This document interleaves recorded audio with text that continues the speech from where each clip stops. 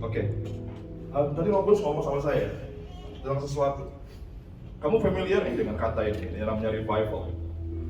Kalau kamu ke The House of Revival, kamu harus ngerti apa yang namanya revival.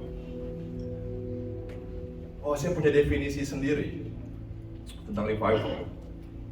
Saya pernah ditanya Joe kan, Santo, revival artinya apa menurut kamu? Wah, saya dengan bangga bilang, revival adalah saat dimana Tuhan memanifestasikan dirinya.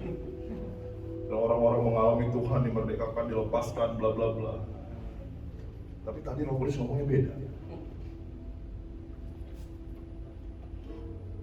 Roh Kudus bilang ini, revival itu aku.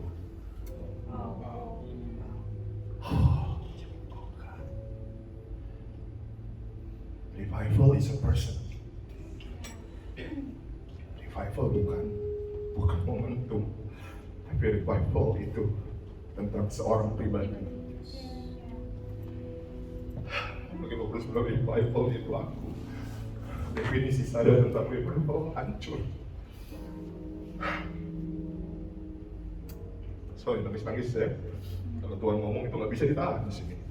Overwhelmed, penuh, nggak bisa. Roh Kudus bilang revival itu aku. Saya coba lagi mau khotbah ini, coba cerna juga. Apa artinya ya? Jesus.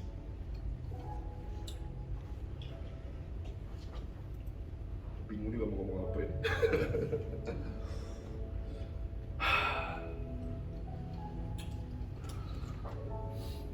Saya percaya lagi Yesus, dia hidup 3,5 tahun. Semua ministrinya itu revival. Percaya nggak? Nggak ada tuh pelayanan Yesus itu yang nggak revival, nggak ada. Setiap dia pergi kemanapun orang-orang datang, ya. Passion lah, healing lah, miracle lah, air jadi anggur lah, semua revival. Nggak pernah Yesus pelayanan itu biasa-biasa wae, nggak pernah. Itu standar yang powerful dari Kingdom of God ya. Gitu. Kalau Yesus kemanapun dia pelayanan, dia bawa kerajaan Allah, dia bawa kuasa Allah dan kasih Allah, dan itu sangat termanifestasi dalam kehidupan Yesus.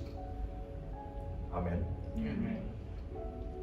Dan kenapa sih si Yesus bisa berjalan begitu kuat dalam kuasa Allah? Bagaimana Roh Kudus bisa bekerja begitu hebat lewat hidupnya? Kamu bisa baca di Injil bagaimana Yesus berjalan dalam kuasa Roh Kudus, begitu hebat. Begitu hebat. Kita buka dulu satu ayat. Matius 3 ayat 16. Saya nggak bakal lama karena ada teman kita yang akan testimoni bagaimana Roh Kudus bekerja dalam hidupnya. Harusnya di awal ya, tapi nggak apa-apa ya. Gue duluan. Matius 3 ayat 16.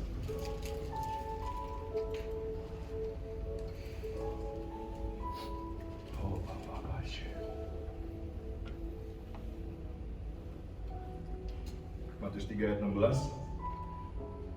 Yesus segera keluar dari air, dan pada waktu itu juga langit terbuka, dan dia melihat Roh Allah seperti burung merpati turun ke atasnya.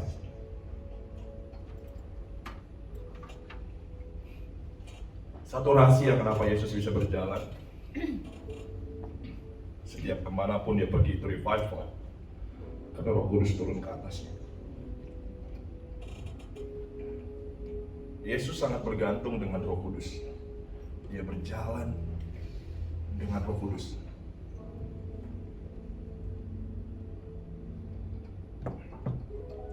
Karena saya percaya Allah Bapa di surga, Yesus sekarang juga duduk di sebelah kanan Allah Bapa. Tapi yang di bumi sopo? Roh Kudus. Tapi seringkali kita mengabaikan Roh Kudus. Amin. Seringkali kita nggak pernah mengalami Roh Kudus hadir dalam hidup kita. Apa itu Roh Kudus? Apa itu angin? Apa burung? Apa air? Saya cuma mau bilang Roh Kudus adalah seorang pribadi. Dia adalah seorang pribadi. Di Efesus 4 ayat 30 dibilang jangan kamu mendukakan Roh Kudus. Kudus bisa berduka, berarti Roh Kudus punya perasaan. Dia bisa merasakan sesuatu.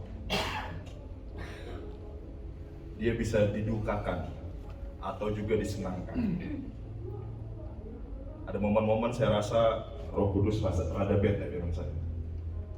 Mungkin nggak masuk akal buat kamu, tapi saya rasain. Lagi kamu masuk dalam sebuah hubungan dengan Tuhan lebih dalam, kamu bisa rasain, kamu bisa sensing di mana Roh Kudus sangat joyful atas kamu, sangat senang dia sama kamu. Atau ada momen-momen dia, saya bahasakan dengan sederhana aja, dia kayak bete. Kalau kita bilang jangan mendukakan Roh Kudus, dia bisa berduka. Dia berduka. Dan yang paling mengerikannya adalah buat Roh Kudus lagi dia berduka, dia nggak bisa pergi. Di dalam perjanjian lama dia bisa pergi, lagi dia berduka. Dia pergi, dia meninggalkan Saul, lagi dia didukakan oleh Saul. Tapi yang dalam perjanjian baru, lagi dia berduka, dia nggak bisa pergi. Dia terpenjara dengan satu kata, yaitu janji. Karena dia sudah berjanji. Dia janji dia nggak akan tinggalin kita. Dia nggak berjanji itu di perjanjian lama, tapi dia berjanji itu di perjanjian baru. Itu mengerikan sekali, lagi dia berduka, tapi dia nggak bisa pergi. Roh Kudus berduka, tapi dia nggak bisa.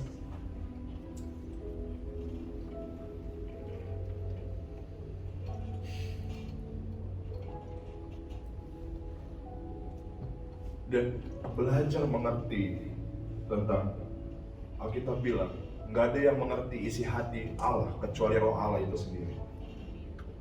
Amin. Saya percaya kalau kamu bisa rasain apa yang Roh Kudus rasain, itu adalah apa yang Bapa rasain.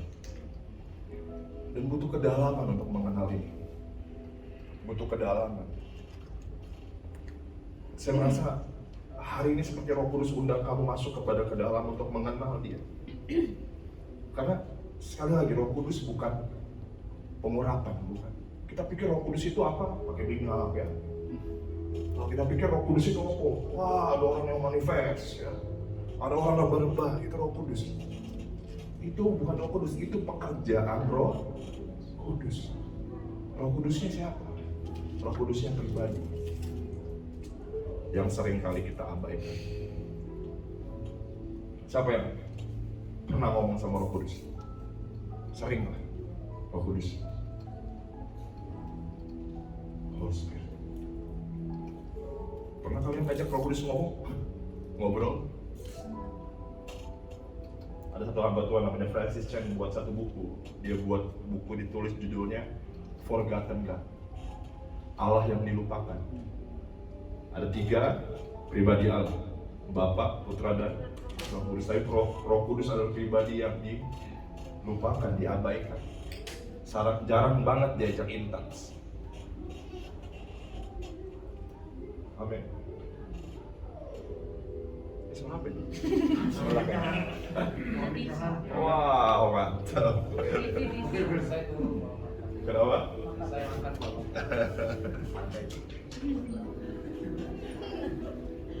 Saya mau kamu tutup mata sebentar, ini rada berbeda sedikit, tapi saya mau kamu tutup mata. Kalau tangan kamu di dada. Dan mulai tanya Roh Kudus, bicara sama Roh Kudus, panggil dia. Apa yang kau rasakan tentang diriku saat ini? Aku ingin tahu, Roh Kudus. Kasih tahu aku. What do you feel about me? Apakah aku mendukakanmu? Apakah engkau berkenan kepadaku? Apakah engkau bete kepadaku?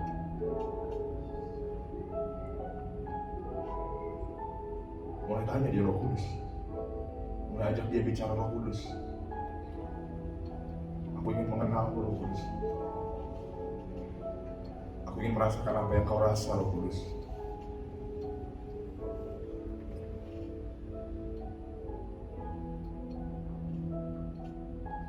Amin.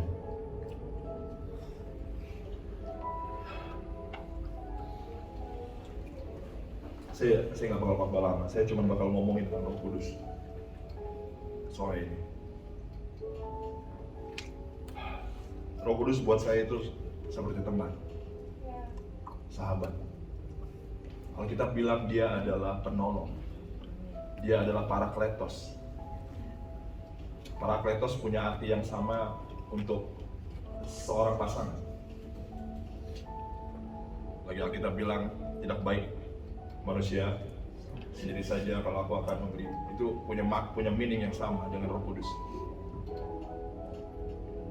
Itu bicara tentang intimacy, keintiman.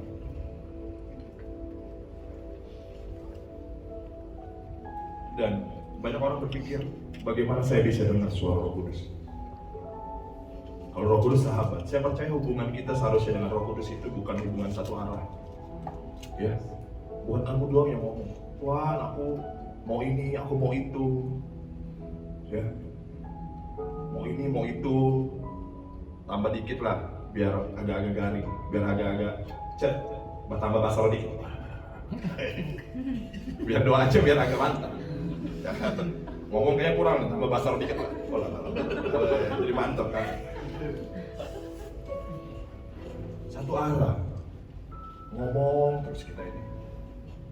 Pernah gak sih ngomong sama Roh Kudus, ngomong dong. Apa tak?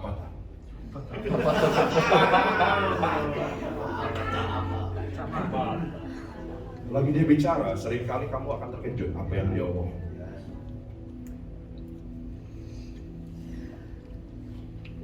Lagi kamu ngalamin di rumah, bokap nyokap gue ribut terus ya. Sebelum kamu ngomong ke telepon teman kamu, cuy, mak bapak gue wafat. Sebelum kamu ngomong sama teman kamu, coba ngomong dulu sama Roh Kudus. Apa yang kau bilang tentang ini? Mereka ribut. Aku harus apa? Apa yang Roh Kudus bilang? Seringkali kita berjalan dalam analisa dan asumsi lebih daripada suara Roh Kudus. Wah, ini kalau kayak gini nih, ini bakal kayak gini. Ya, asumsi juga. Wah, orang ini kalau gini, kayaknya bakal gini. Asumsi semua. Kamu nggak dipanggil berjalan dalam analisa dan asumsi logika kamu sendiri, dan kamu dipanggil untuk mendengar suaranya. Karena analisa dan asumsi kamu nggak akan kasih solusi. Trust me lah, ya. Bikin kamu menghakimi iya, bikin ngawur iya. Tapi lagi kamu belajar dengar suara Roh Kudus. What are you going to say about this situation, Holy Spirit? Talk to me, Holy Spirit. Jangan berhenti sampai Roh Kudus ngomong. Seringkali kita itu kayak anggap Roh Kudus itu jin. Ngomong apa langsung cik ngomong. Ya, Aladin. Kamu tahu Yeremia bertanya sama Tuhan, dijawab 10 hari kemudian. Lagi Yeremia bicara kepada Tuhan, Tuhan jawab 10 hari setelahnya. Kadang-kadang untuk asking Holy Spirit itu nggak simple.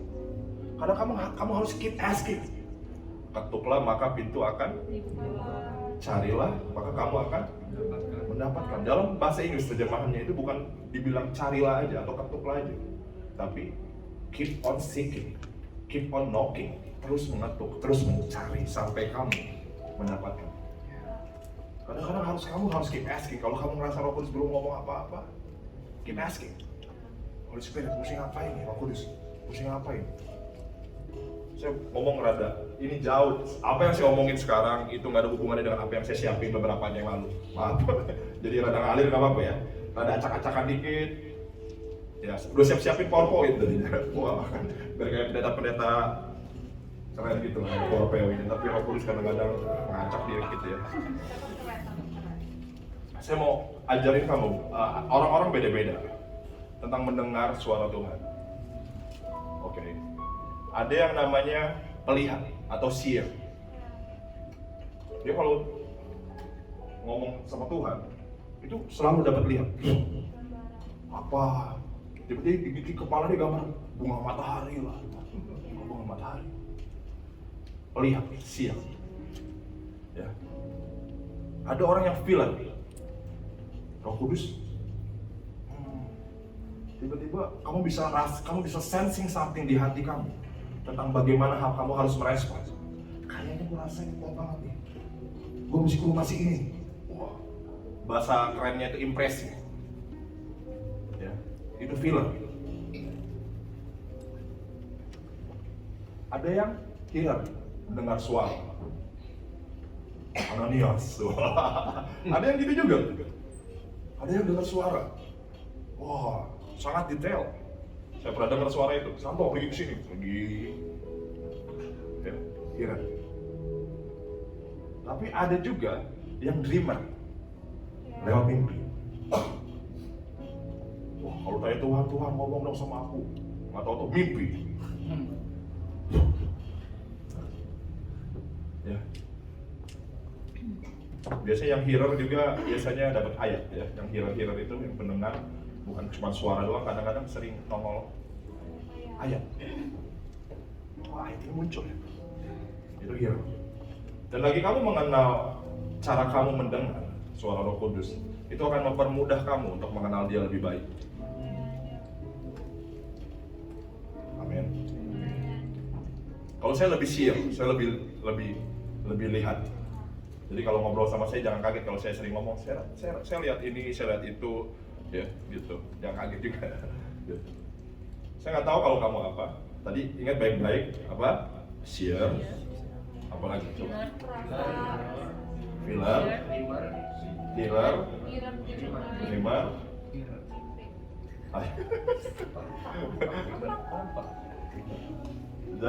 Yuk ulang lagi yuk. Yang ingat tadi siapa?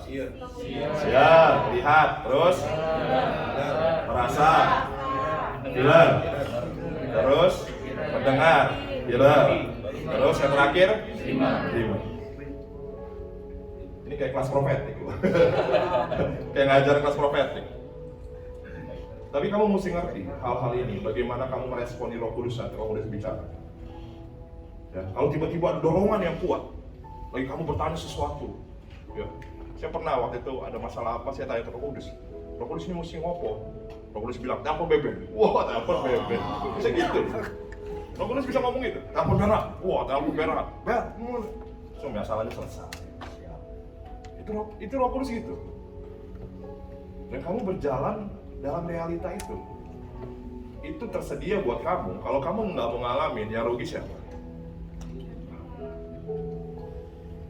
Kamu kebayang nggak kalau semua anak Tuhan berjalan seperti itu dengan Roh Kudus? Itu bakal revival. Itu bakal revival kalau kamu ngerti bagaimana berjalan dalam Roh Kudus. Itu gampang banget. Amin. Ada satu hamba Tuhan, karena dia lebih kecil, lagi dia masuk ke mobil, yang mobil mau mengantarkan ke tempat dia berkhotbah. Tiba-tiba hamba Tuhan ini melihat gambaran di kepalanya, orang gantung diri.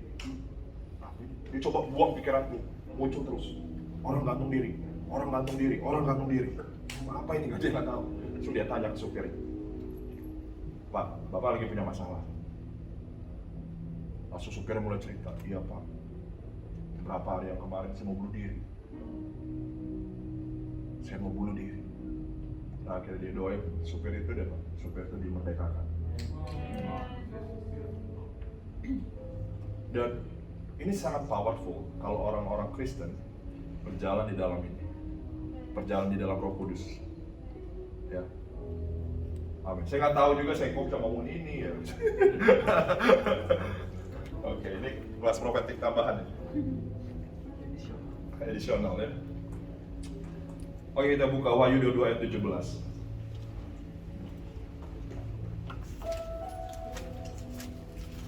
Yesus selalu berjalan mendengar suara Tuhan terus, Yesus.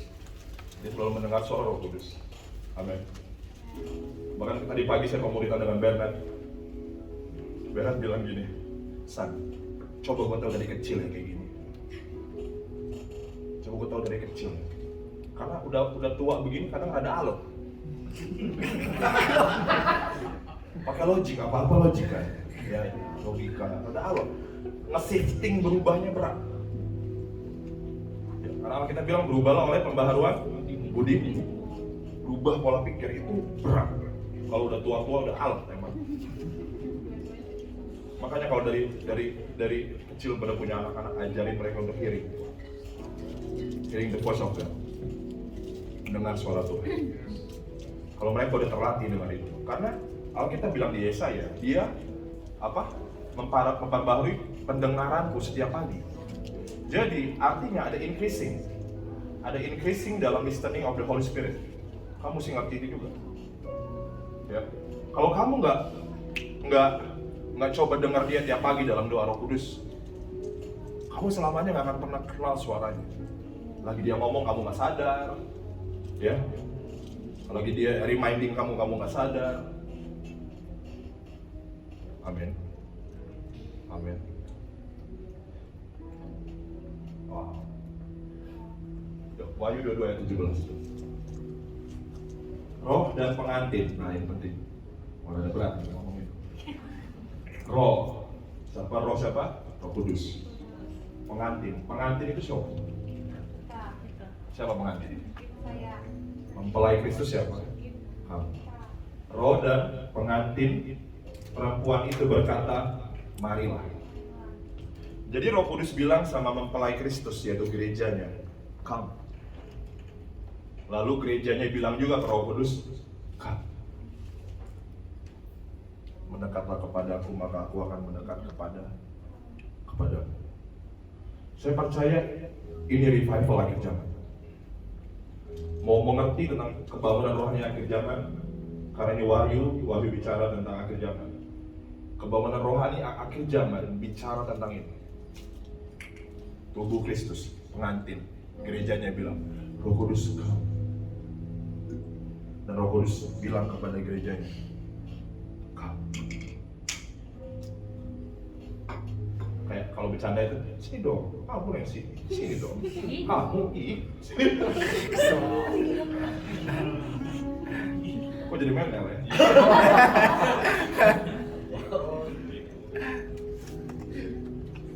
Roh Kudus bilang ke kamu, come. Dan kamu harus meresponi dengan bilang apa? Holy Spirit, come. Karena kamu datang, lagi kamu minta dia datang. Dan doa ini yang harus kita bawa dalam hidup kita every single day. Karena ini yang dia mau. Ini yang dia mau. Kapan terakhir kali kamu berdoa sama Roh Kudus datang?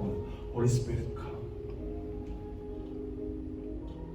Lagu-lagu tentang datanglah Roh Kudus. Come Holy Spirit, fall in this place. Jangan cuma dinyanyiin lip sync doang.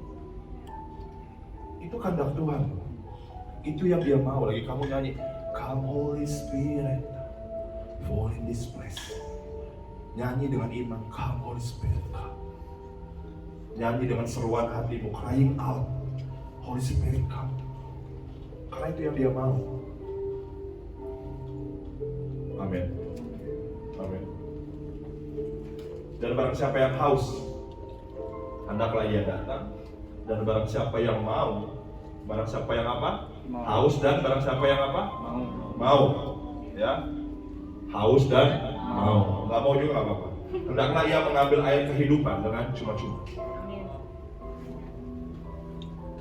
Kamu tahu gak sih ini ngomongin apa? Yesus ketemu dengan perempuan Samaria, wanita yang memiliki berapa suami?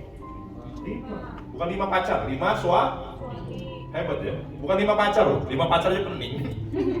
Ini 5 suami, 5 lopung, 5 husband.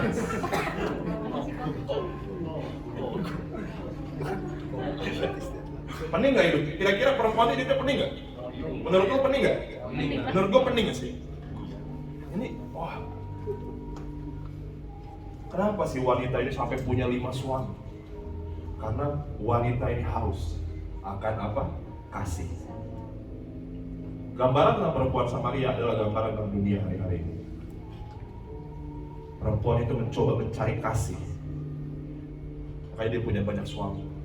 Pacaran aja gak cukup, suami. Supaya dia terisi. Tapi Yesus bilang gini, hey, Kalau kamu kayak gitu terus, kamu terus haus. Tapi kalau kamu minum air yang daripada aku, kamu gak akan haus lagi. Amin. Barang siapa yang haus dan mau, hendaklah ia mengambil air kehidupan dengan cuma-cuma. Minum. Gratis. Kalau ada pengajaran yang bilang, oh kalau kamu mau ngalamin Roh Kudus mesti puasa 40 hari. Kamu harus bayar harga. Puasa 40 hari, baru ngalamin Roh Kudus. Berdoanya nggak bisa slow-slow, mesti teriak-teriak. Kalau nggak teriak, Roh Kudus nggak datang. Oh, Roh Kudus kayak budak. Roh Kudus kayak budak, nggak perlu teriak-teriak, dia dengar.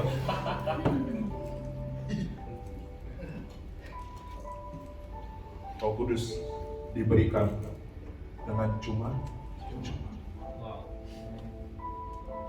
Yang kamu perlu terima apa? Yang lakuin cuma terima doang. Bapak rohani saya itu sering marah kalau doain orang. Waktu didoain orangnya basah. Terima aja.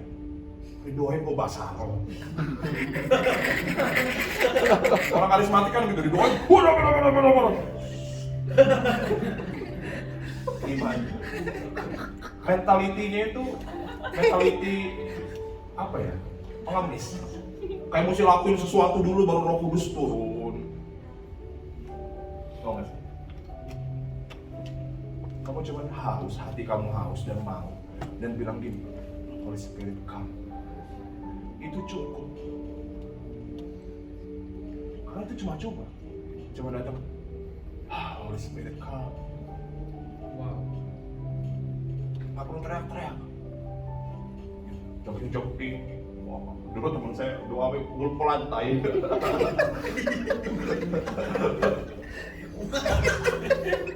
Dahsyat ya. Orang-orang Kristen itu sering dramatisir. Kamu tau gak dramatisir? Amin. Oh, kalau Roh Kudus datang tangannya mesti kibar-kibar ke bendera.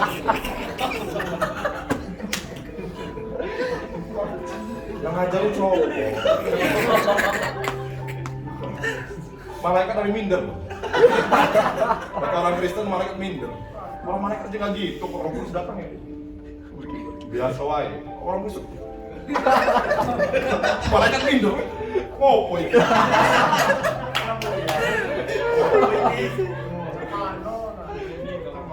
Kadang-kadang kita sering bikin malaikat minder.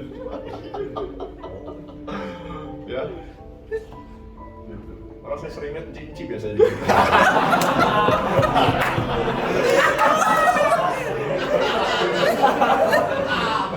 Sebenarnya. Padahal itu hanya buat barang siapa yang haus dan mau. Modalnya itu doang. Haus, mau. Nah, masalahnya gini. Minum dulu haus. Kenapa?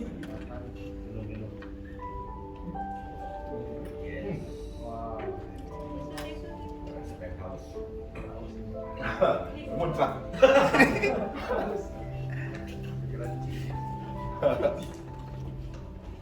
Kalau kamu haus, ya, kalau kamu datang ke tempat ini haus, itu sekarang enak tuh ada kasih air. Masuk ke tempat ini kasih air. Bukan kita yang sediain, itu hotel. Anugerah Tuhan ya. Kalau kamu harus datang ke tempat ini dan kamu kering,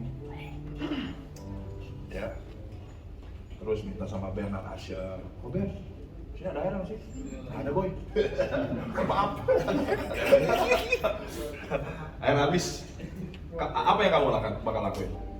Kamu akan keluar dari tempat ini, cari Indomaret, ya kan? Benar nggak? Toto disuruh aja Indomaret sih, keluar dari hotel, jalan bentar cari Indomaret. Indomaretnya tutup. Kok utuh sih? Serah dia lah, pokoknya sekarang pesan dia. Setelah Indomaret tutup, kamu bakal ngapain? Cari warung terdekat. Kalau sampai warung terdekat nggak ada, apa yang kamu lakuin? Minta. That's too out. Intinya apa? Kamu akan lakuin apa yang kamu bisa lakuin sampai kamu. Makanya doa datang ke hadirat Tuhan itu bukan bicara tentang berapa lama, tapi tapi berapa haus.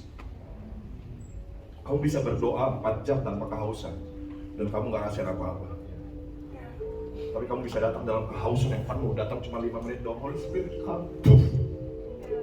So kamu dipuaskan banget, kamu penuh banget. Dan lagi mulai kamu penuh, doa jadi gak kerasa. Doa dalam kepenuhan, dalam doa dalam kekeringan beda. Ini bukan tentang waktu ya. Bukan tentang berapa, wah satu bisa doa berapa jam. Bukan tentang itu. Ini bukan lomba lama-lama doa, bukan. Orang Kristen tuh unik ya, bangga-bangga. Kamu doa berapa lama? Dipikir malaikat tepuk tangan apa? Kasih penghargaan Andri buat.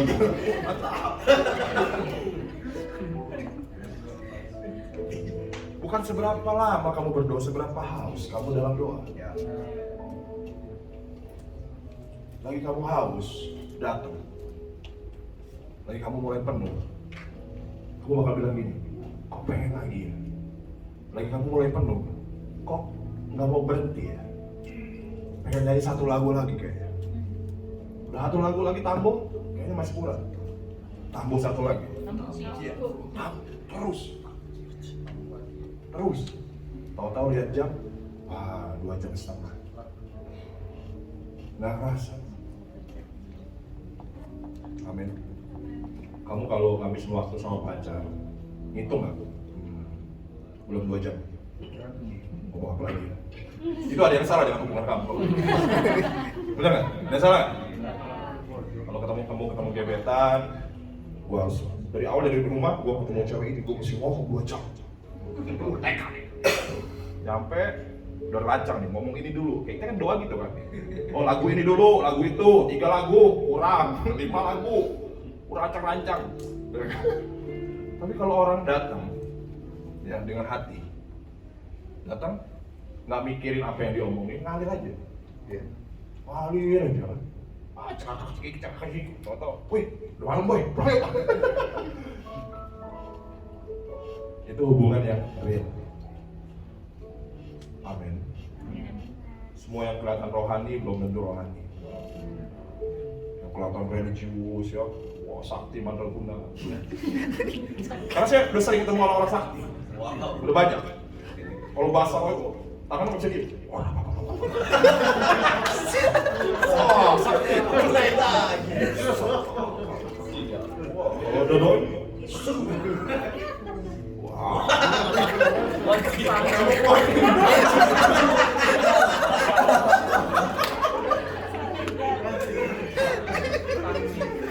Saya sudah banyak ketemu orang sakti, udah banyak, udah aneh-aneh orang-orang. Kalau udah yang ngerong-ngerong itu kan tahu sendiri, yang ngerong-ngerong.